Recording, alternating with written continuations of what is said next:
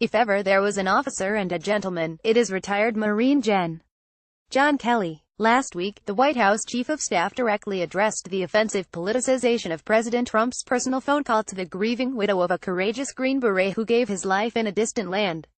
While much has been said about General Kelly's moving tribute to those who pay the ultimate price for our freedom and the Gold Star families who live the continuous nightmare of their loss, his other declarations regarding our culture are worthy of our appreciation and reflection too. You know, when I was a kid growing up, a lot of things were sacred in our country, General Kelly said. Women were sacred, looked upon with great honor. That's obviously not the case anymore, as we see from recent cases. Life, the dignity of life, is sacred. That's gone. Religion, that seems to be gone as well. The fact that our president's chief of staff publicly recognizes the tragic loss when the sacred becomes disposable exemplifies why he is the right person to be advising the most powerful leader in the world. General Kelly's words of truth also starkly reveal what happens when progressive mandates permeate our culture. It is what naturally occurs when progressives control anything. Things get progressively worse and chaotic. We now live in a society where women are no longer treated like ladies, and where we are discouraged from acting like ladies too. From the loss of chivalry to the prevalence of pornography, from the increase of sex education at younger ages to the crude tone and verbiage of our discourse, it is painfully clear that the general is right.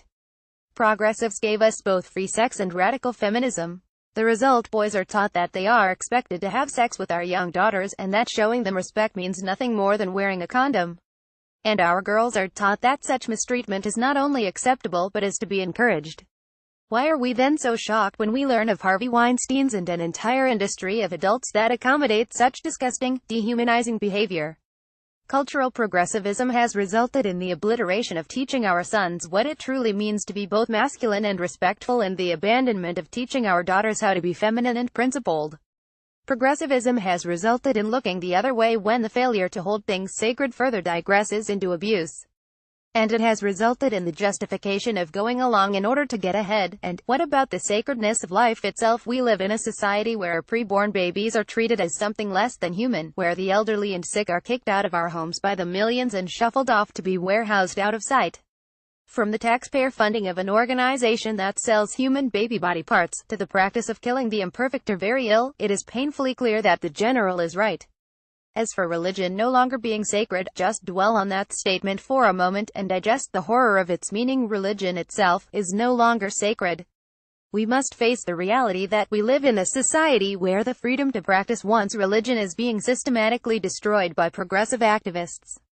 From bakers, photographers, and filmmakers being fined and threatened with jail for refusing to violate their deeply held faith, to the silencing of clergymen who dare to preach the Bible, it is painfully clear that the general is right. General Kelly, thank you for your years of service on bloody battlefields, where you led and fought to preserve America. You deserve to retire to a life of comfort and ease, but instead, you have chosen to again make yourself vulnerable, and this time, to lead us in the battle for the soul of our homeland. God bless you for your continued sacrifice, and for your continued courage. And may God bless Mr. Trump for his wisdom in choosing a mighty warrior such as you to fight by his side for the restoration of the sacred.